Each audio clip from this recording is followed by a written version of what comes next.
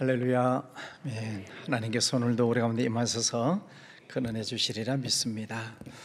우리 찬양팀 귀한 찬양 감사하고요. 우리 주원이 어디 있나요? 네, 우리 박주원 양 피아노 연주해 주셨는데 독일에 있는 드레스덴 대학이라고 하는 유명한 대학에 피아노로 합격을 했는데요. 다음 소개할 때 놀래 주시길 바랍니다. 수석 합격을 했답니다. 잠깐 일어나시죠. 이 청년. 드레스덴 대학이 어떤 대학인가 하고 제가 검색을 해보니까 세계적으로 굉장히 유명한 대학입니다. 감사하고, 또 옆에 앉아있는 모친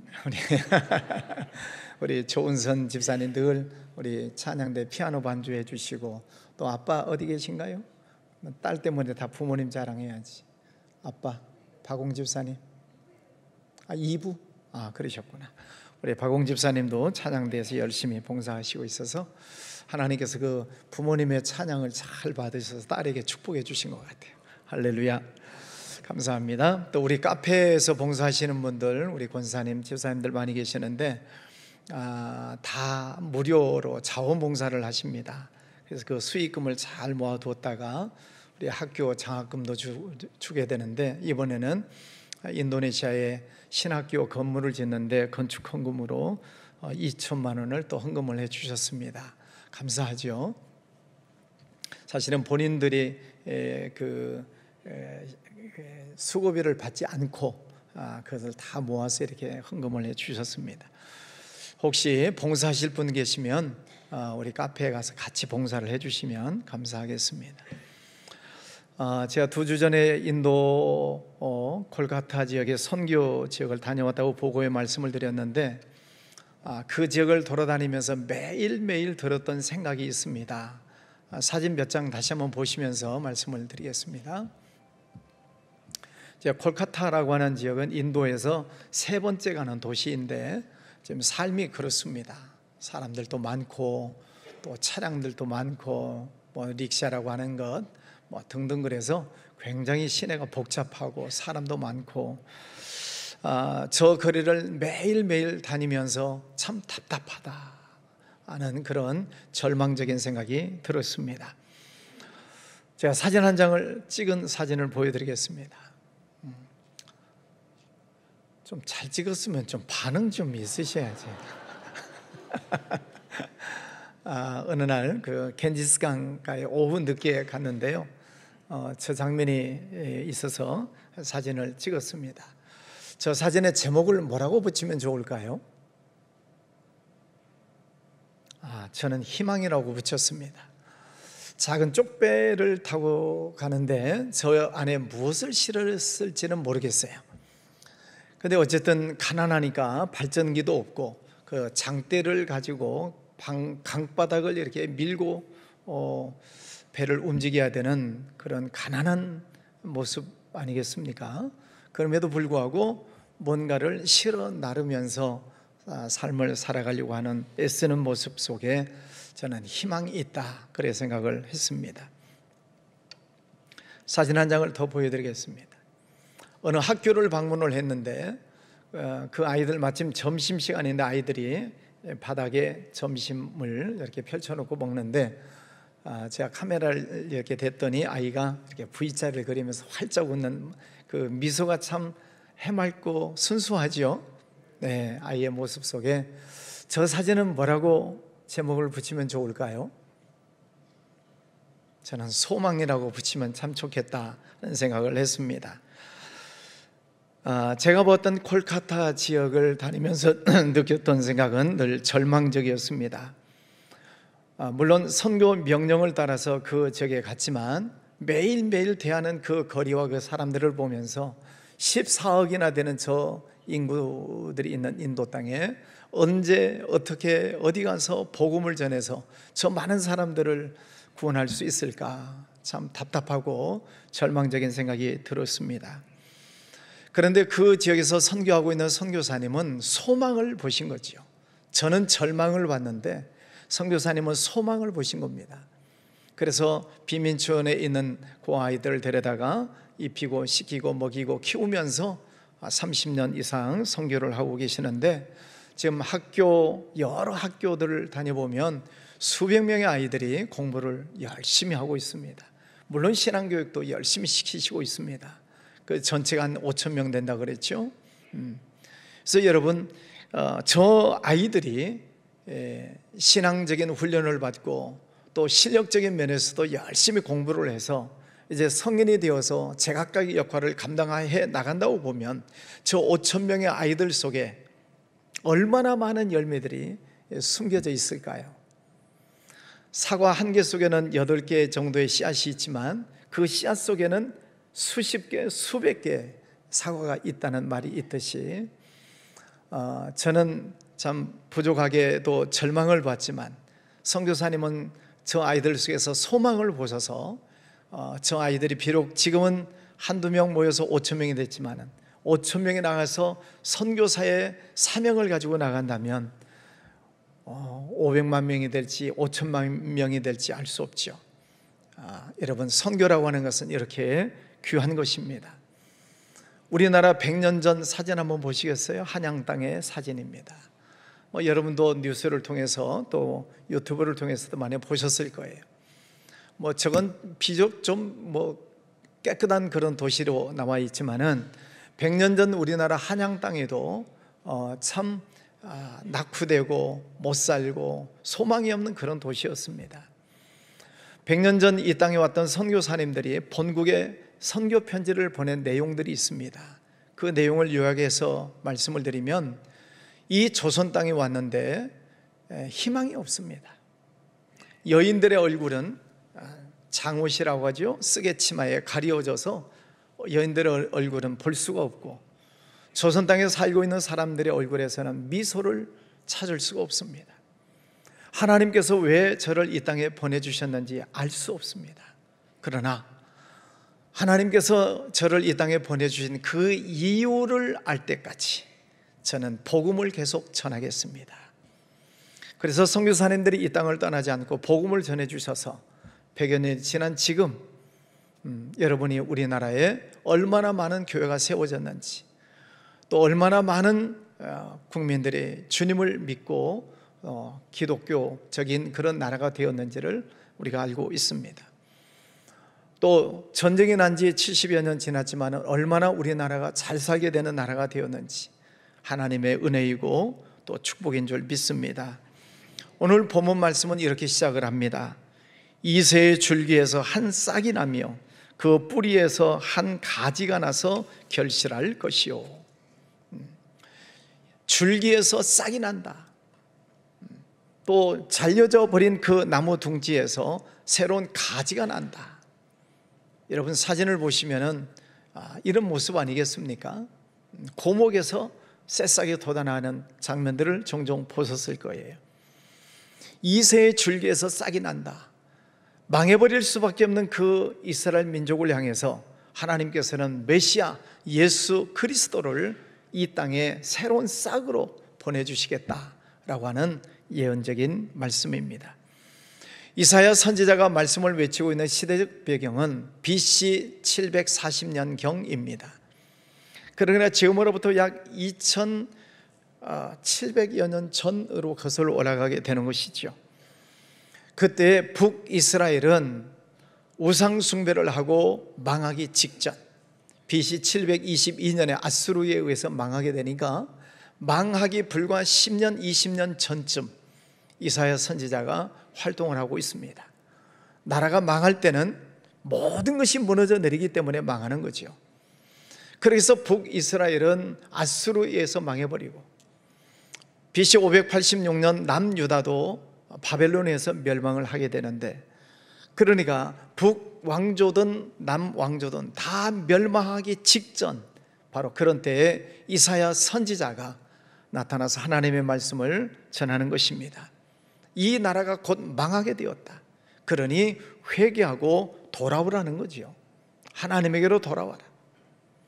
그런데도 그들은 듣지 않고 결국은 하나님의 말씀을 불순종하고 우상 숭배하고 타락하고 맙니다. 결국은 망하게 되는 것이죠. 그런 망해버릴 수밖에 없는 그 민족을 향해서 하나님께서는 이 이사야 선지자를 통해서 이새의 줄기에서 한 싹이 나며 그 뿌리에서 한 가지가 나서 결실할 것이요, 망해버린 그 땅 속에 하나님께서는 새로운 싹, 새로운 가지를 주시는데 그분이 메시아 곧 예수 그리스도다, 이렇게 말씀을 하십니다. 그 예수님이 이 땅에 싹이고 가지가 되고 소망이다 하는 그런 말씀입니다.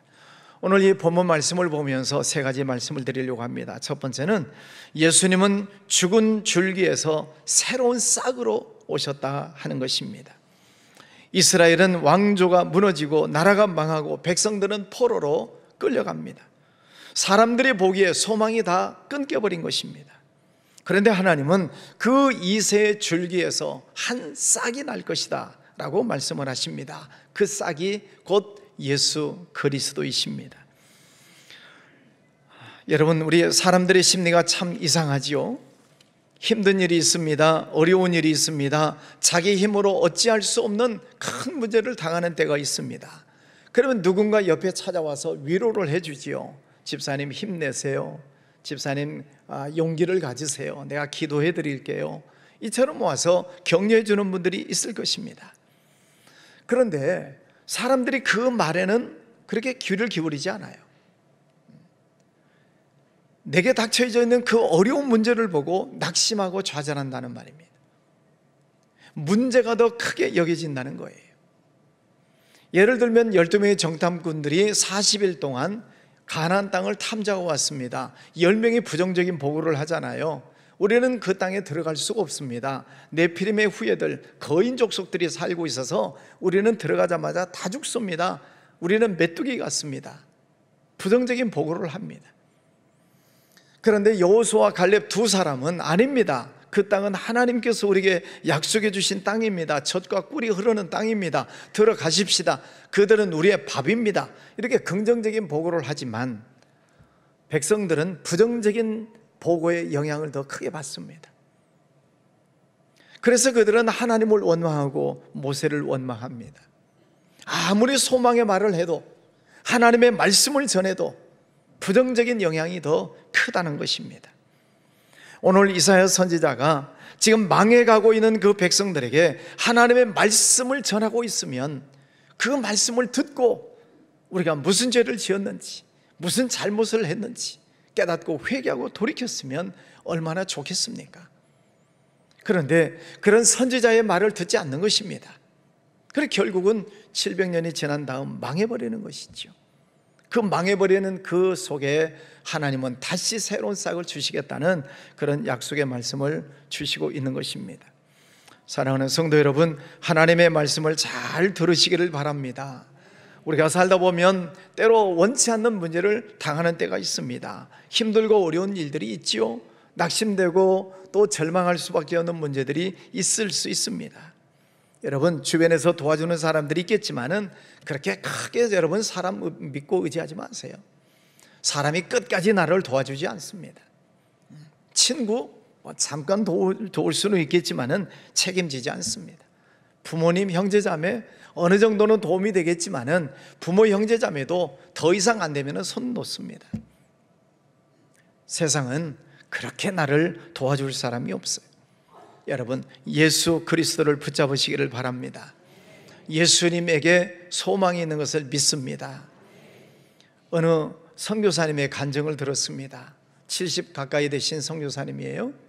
그분이 어렸을 때 부자로 살았답니다. 70 가까이 되신 선교사님이 어렸을 때 부자였으면은 전쟁통에도 부자였다는 얘기예요. 그렇죠? 여러분, 전쟁 대부분 이제 물론 그 전쟁 이전에 이제 생활하신 우리 어르신들도 계시지만은 뭐 저하고 비슷한 세대는 전쟁 후 세대입니다. 초등학교 다닐 때 여러분 미국에서 원조해진 옥수수 가루 드셔보셨나요? 7명밖에 없네. 초등학교 숙지실에서 쪄준 그 옥수수 가루 받아 먹지 않았어요? 네. 부자들만 사려졌나? 이렇게. 하여튼 저는 그 옥수수 가루 먹고 살았어요. 또 숙직실에서 끓여준 그 우유 한 컵씩 마시고 학교에 가서 그래 살았어요. 그래 도와주지 않으면 살 수가 없었죠. 그런데 어쨌든 그 선교사님은 어렸을 때 부자였대요. 근데 이제 중학생쯤 되었을 때 왜 우리 집이 부자였는가를 알게 됐어요. 어렸을 때는 뭐 잘 몰랐겠지만은 부자가 된 이유가 뭐냐면은 그 아버지가 술집을 하셨답니다. 그런데 또 예쁜 아가씨들도 두고 술집을 했대요. 그러니까 얼마나 부자였겠습니까? 그런데 그분 말씀이에요. 그분 말씀이 자기가 중학생이 되었을 때쯤 무슨 일인지는 모르겠지만은 집안이 망했답니다. 부자였는데 아버지가 가산을 다 탕진을 했어요. 그리고 그 아버지는 비명 행사를 하셨답니다. 어디선가 나가셔서 돌아가셔버린 거예요. 그 집이 완전히 망했어요. 부자로 살다가 갑자기 쫄딱 망한 거지 신세가 되어지니까 이 아이 마음속에 이제 방황이 시작되는 거죠. 학교를 갈 수가 없습니다. 공부하고 싶은 마음도 없는 것입니다. 그냥 떠돌아다니면서 비행 청소년이 될 수밖에 없는 거지요. 그에게 무슨 소망이 있겠습니까? 그래서 날마다 절망적인 생활을 하고 있는데 어떤 사람이 그 아이를 만나면서 야, 너 교회 가라 그랬답니다. 근데 웬일인지 자기 발걸음에 교회로 갔대요. 근데 마침 그날 목사님께서 설교하시는 말씀이 예수님의 십자가에 대한 설교를 하셨어요.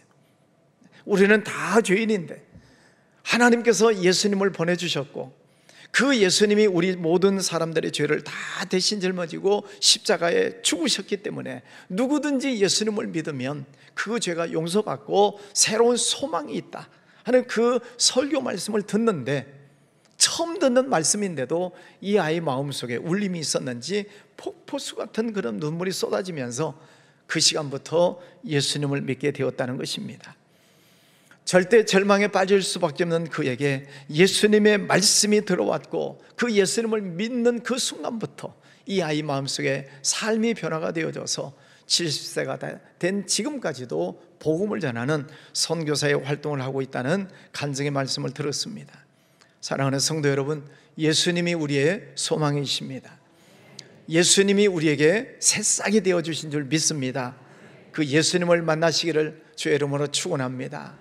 두 번째, 예수님은 성령 충만한 의로운 왕으로 오셨다고 성경은 말씀합니다.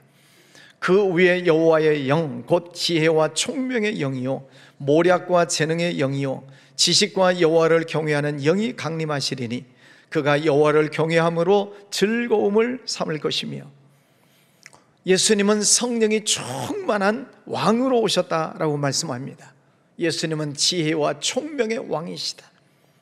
모략과 재능의 주라고 말씀하고 있습니다. 그러므로 오직 성령이 충만하면, 성령은 이렇게 말씀하시잖아요. 어떤 사람에게는 지혜를 주시고, 성령이 충만하면 어떤 사람에게는 지식을 주시고, 믿음을 주시고, 능력을 주시고, 또 병 고치는 은사를 주시고, 9가지 은사를 주시겠다라고 약속해 주시고 있습니다.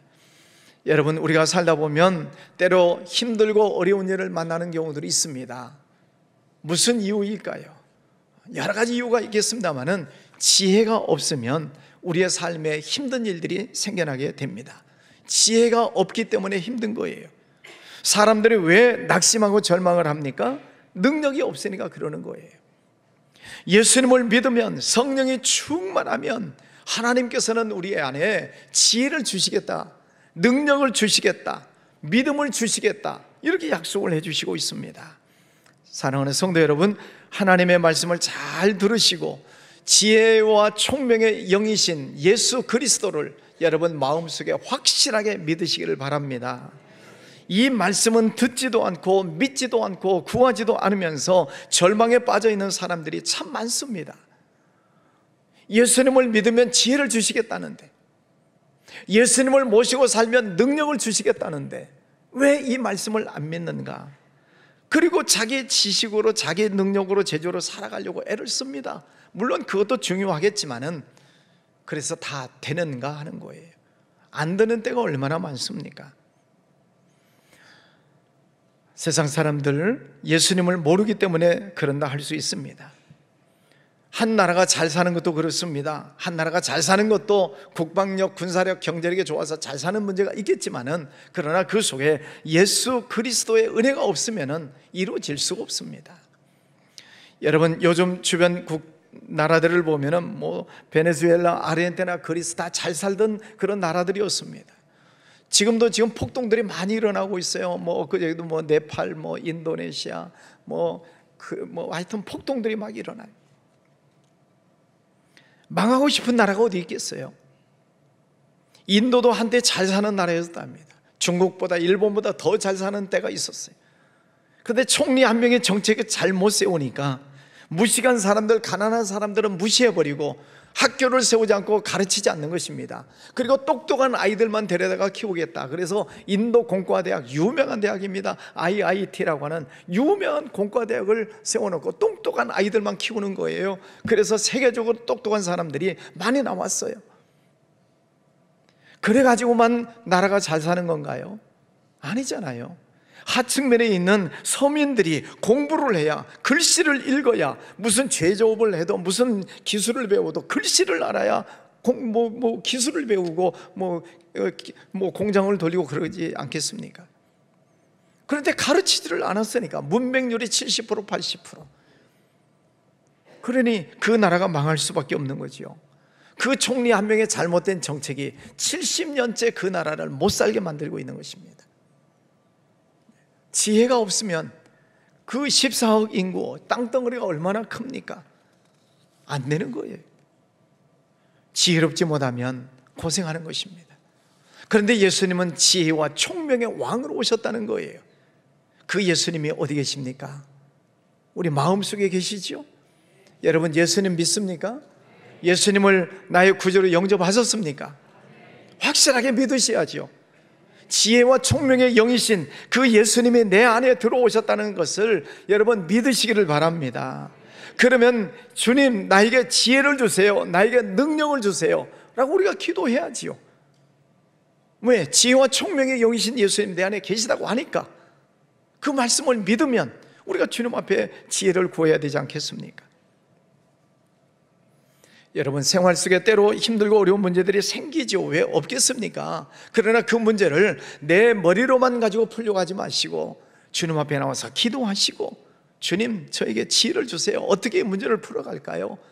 어떻게 하면 이 문제를 내가 이길 수 있을까요?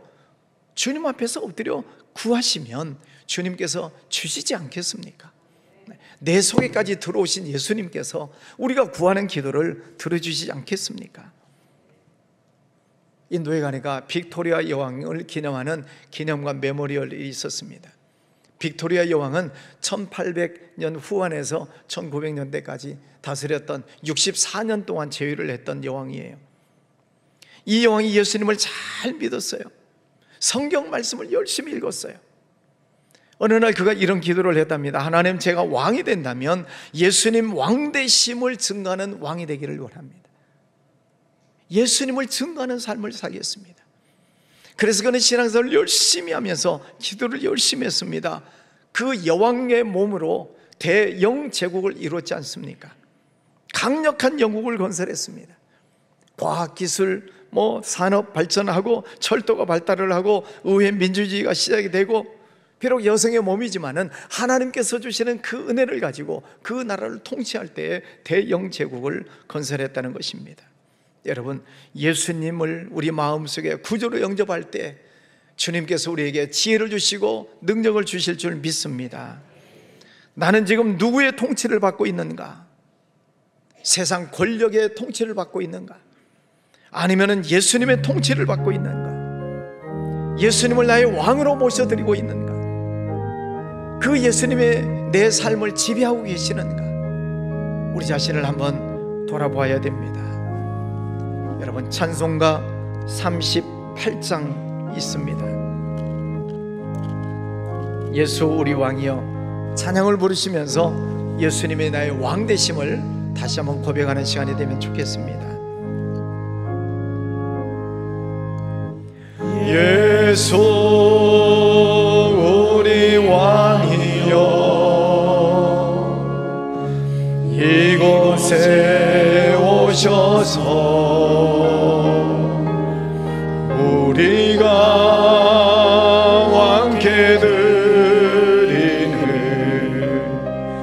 영광을 받아주소서. 우리는 주님의 백성, 주님은 우리 왕이라. 왕이신 예수님 오셔서 좌정하사 다스리소서.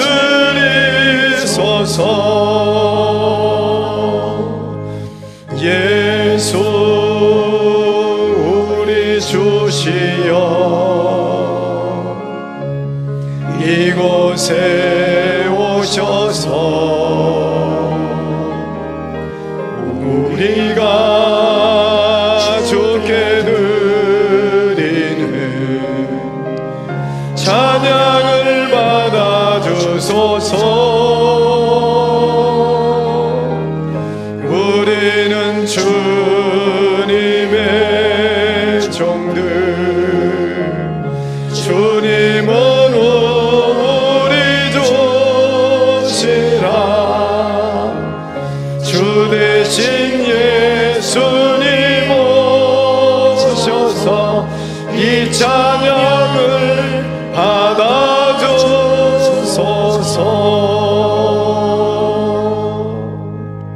아멘. 예수님이 우리의 왕이심을 믿습니까? 예수님이 내 안에 왕으로 오심을 믿습니까? 그 예수님은 지혜와 총명, 모략과 재능의 왕으로 우리 안에 오셨다고 말씀하십니다. 그 예수님을 왕으로 모시고 늘 지혜 속에서 날마다 승리하시기를 주의 이름으로 축원합니다. 세 번째, 예수님은 평화의 왕으로 세상을 새롭게 하십니다. 오늘 본문 말씀에 그때 이리가 어린 양과 함께 살며 표범이 어린 염소와 함께 누우며 송아지와 어린 사자와 살진 짐승이 함께 있어 어린 아이에게 끌리며 암소와 곰이 함께 먹으며 그것들의 새끼가 함께 엎드리며 사자가 소처럼 풀을 먹을 것이며 젖 먹는 아이가 독사의 구멍에서 장난하며 젖된 어린아이가 독사의 굴에 손을 넣을 것이라. 여러분, 맹수하고 연약한 동물하고 같이 사이좋게 노는 것을 보셨나요?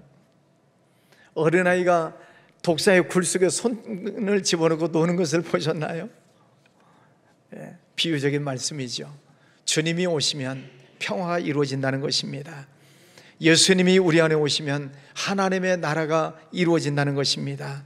여러분, 예수님이 이 땅에 오실 때에 평화의 왕으로 오셨다고 말씀을 하고 있습니다. 10절에 그날에 이새의 뿌리에서 한 싹이 나서 만민의 기치로 설 것이요 열방이 그에게로 돌아오리니 그가 거한 곳이 영화로우리라. 예수님은 유대인의 메시아로 오신 것뿐만 아니라 모든 민족의 구세주로 이 땅에 오셨습니다. 그 예수님 안에서 열방이 하나가 되고 모든 민족이 예수님 안에서 평화가 이루어지는 것을 믿습니다. 2차 세계대전 후에 독일과 프랑스가 원수지간이 되었습니다. 그러나 그들 속에 그 양국가 속에 있는 교회 안에 있는 목사님, 신부님들이 서로 하나가 되기를 원했습니다. 정치적으로 군사적으로는 원수지간이었지만은 그러나 신앙 안에서 그 목사님, 신부님들이 하나가 되어서 손을 잡게 될 때 결국은 두 나라가 화해를 하게 되는 역사가 일어나지 않았습니까? 여러분, 예수님은 평화의 왕으로 오셔서 부부간에도 가정 안에서도 또 이웃과의 관계 속에서도 우리나라 모든 관계 속에 평화가 이루어지기를 원하시는 줄 믿습니다. 예수님은 하나님이십니다. 그 하나님이신 예수님이 하늘 보좌를 버리시고 이 땅에 오셔서 낮고 천한 죄인된 우리 속에, 우리 심령 속에까지 오셨습니다. 그 예수님이 제자들의 더러운 말을 씻겨주시면서 겸손해라, 낮은 자로 내려가라, 섬겨라 라고 말씀을 해 주셨습니다. 세상 사람들은 맹인이라고, 그리고 연약한 자라고, 병든 자라고 사람들은 그들을 만나주지 않았지만 예수님은 그들을 찾아가셔서 그들을 고쳐주시고 죽은 자를 살려주시고 거기에 평화를 선포해 주셨습니다. 예수님이 내 안에 평화의 왕으로 들어오실 때 나로 인하여서 다른 사람들과의 관계 속에 평화가 이루어지기를 원하는 줄 믿습니다. 우리가 살다 보면 때로는 감정끼리 부딪히는 때가 있습니다. 부부간에도 이웃간의 관계 속에서도 때로는 의견이 서로 맞지 않을 때가 있습니다. 그러나 평화의 왕이신 예수 그리스도가 내 안에 오심을 우리는 믿는다면, 예수님이 내 죄를 용서해 주신 것을 믿는다면, 내가 어떤 사람을 용서하지 못할 사람이 누가 있겠어요? 예수님을 믿는 사람은. 그래서 우리는 예수님이 나 같은 죄인도 용서해 주셨는데 내가 다른 사람을 용서하지 못한다면 예수 믿는 사람이 아니죠. 평화의 왕이신 예수님, 그 예수님을 우리들 마음의 구주로 영접하시기를 바랍니다. 우리 교회 비전 가운데 맨 마지막 줄 뭐가 있습니까? 땅끝까지 선교하는 교회에서 세 번째는 이스라엘 회복을 위한 선교. 이스라엘이라고 하는 나라, 하나님께서 선민으로 부르셨습니다. 먼저 선택을 하셔서 그 민족을 복 주셨어요.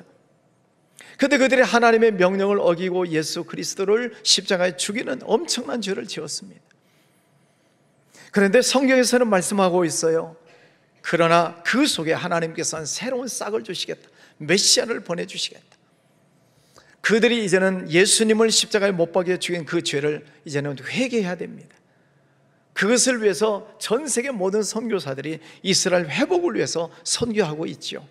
이스라엘 백성들이 회개해야 됩니다. 예수님을 죽인, 메시아를 죽인 자를 회개해야 됩니다 라고 선교하고 있습니다. 우리도 이스라엘 땅이 회복되기를 위해서 선교를 해야 됩니다. 왜냐하면 성경 말씀에는 그때 이스라엘 백성들이 하나님의 명령을 어기고 예수 그리스도를 죽인 그 죄를 회개할 때 예수 그리스도께서 다시 오시겠다 말씀을 해주셨기 때문입니다. 예수님의 재림은 복음이 세상을 한 바퀴 돌고 다시 이스라엘이 회복될 때 주님께서 이 땅에 오실 줄 믿습니다. 하나님의 말씀을 들을 때 우리는 하나님의 말씀이 내 속에 들어올 때 내가 잘못한 것을 먼저 회개해야 됩니다. 평화의 왕으로 오신 예수님을 우리가 모셔드렸다면 내가 실수한 것, 내가 잘못한 것을 회개하고 다른 사람과의 관계 속에서 우리는 평화를 이룰 수 있어야 됩니다. 그 평화가 나를 넘어서 이웃과의 관계를 넘어서 우리나라를 넘어서 저 북한과도 평화가 이루어져야 되고 더 나아가서는 저 중동을 넘어서 이스라엘에까지 예수 그리스도의 이 평화의 말씀이 선포되어야 될 줄 믿습니다. 말씀을 정리합니다. 오늘 이사야 선지자는 하나님의 말씀을 듣지 않고 망해버릴 수밖에 없는 그 이스라엘 백성들에게 결국 하나님은 다시 이 땅에 소망을 주실 것이다, 새로운 싹 예수 그리스도를 이 땅에 보내주실 것이라고 예언을 하고 있습니다. 그리고 그 예수님은 말씀대로 우리에게 오셨고 우리 심령 속에까지 오셨습니다. 사랑하는 성도 여러분, 하나님께서 내게 주신 은혜를 기억하시기를 바랍니다. 하나님의 말씀에 귀를 기울이시기를 바랍니다. 내 안에 지혜와 총명의 왕으로 오신 예수님께서 내게 어떤 말씀을 주시는가를 잘 깨달으시기를 바랍니다. 그래서 예수님의 말씀을 따라 살 때 우리는 세상을 지혜로 정복할 것이고 능력으로 정복할 것이고 평화로 정복하는 그런 삶을 살게 되리라 믿습니다. 예수 그리스도의 평화, 예수님의 지혜가 여러분 안에 풍성하게 이루어지기를 주의 이름으로 축원합니다. 거룩하신 아버지 하나님 감사합니다. 이스라엘 백성들 망할 수밖에 없는 그 환경 속에서 하나님은 이사야 선지자를 보내셔서 또 한 번 하나님의 말씀을 외치게 하셨습니다. 회개하고 돌아와라. 그러나 끝까지 회개치 않는 그 백성들 망할 수밖에 없었고, 그러나 하나님은 그 속에서도 또 한 번 새로운 싹을 주실 것이라고 예언을 하셨습니다. 그 예수님이 이 땅에 오셨고 메시아신 그 예수님이 우리 심령 안에 들어오심을 감사합니다. 예수님은 나의 구주이십니다. 예수님은 나의 왕이십니다. 예수님이 내 안에 지혜와 총명의 왕으로 내 안에 들어와 계심을 믿습니다. 그 예수님 말씀을 잘 듣고 주시는 지혜와 총명을 가지고 세상을 정복하고 또 복음을 증거하며 살아가는 우리 모두가 되게 하여 주시옵소서. 예수님 이름으로 기도하였습니다. 아멘.